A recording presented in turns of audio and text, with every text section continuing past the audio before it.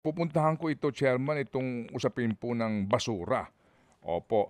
Opo. Chairman, hindi maitatanggi 'no, ang daming pasaway, ang dami talagang sakit sa ulo itong mga kababayan natin na walang disiplina, et cetera. But at the end of the day, wala ho tayong maaaring sandalan kundi gobyerno.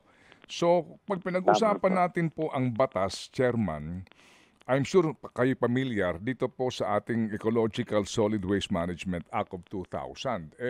Doon po naman klarong-klaro ang provision, LGU ang dapat nagpapatupad, no?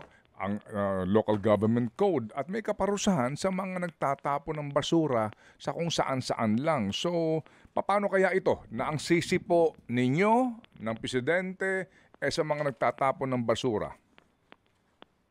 Opo, 'yan naman po ay lagi namin napag-uusapan. Ang problem po namin at sa amin pong obserbasyon, yung pong mga nakatira mismo sa tabi po ng tubig o yung iba nga po nakapatong na sa, daluyan ng tubig, sila mismo po yung nagtatapon.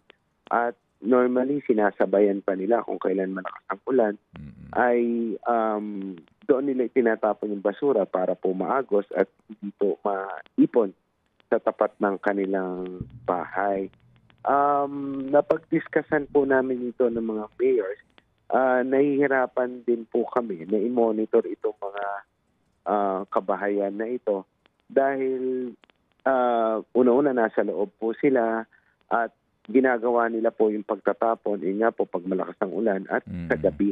Mhm. So, hindi po talaga namin mabantayan. Kami naman po, sa amin po ring pag-aaral, Opo. very efficient naman po yung hauling ng basura. Kailangan lamang po talaga ilabas sa tamang oras, sa tamang lugar. Pero may mga kababayan po tayo na mas pinipili na itapon po sa daluyan ng tubig yung mga basura. Okay. Opo, ninyo yung mga nakatira po sa gilid 'no, ng ating mga waterways 'no, iba nga nakatuntong pa diyan. So, again pupunta ka pa rin sa gobyerno 'no, bakit hinahayaan doon sila?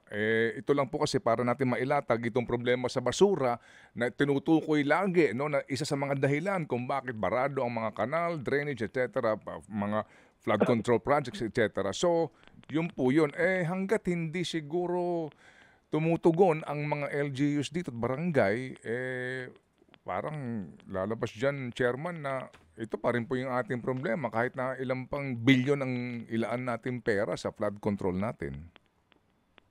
Opo, in fact, kapit sa Metro Manila Flood Management Project na funded po ng World Bank, kasama po yan yung relocation ng mga informal settlers. On our part naman po, yung Mhm. mga communities po na nasa mga waterways ay atin pong in-empower yung mga barangay through yung grocery palit po ng basura. So, hopefully, unti-unti at may mga improvements naman po kami nakita, particularly ko saan namin na-implement yung nga pong proyekto na yan. And hopefully, unti-unti po, Mhm.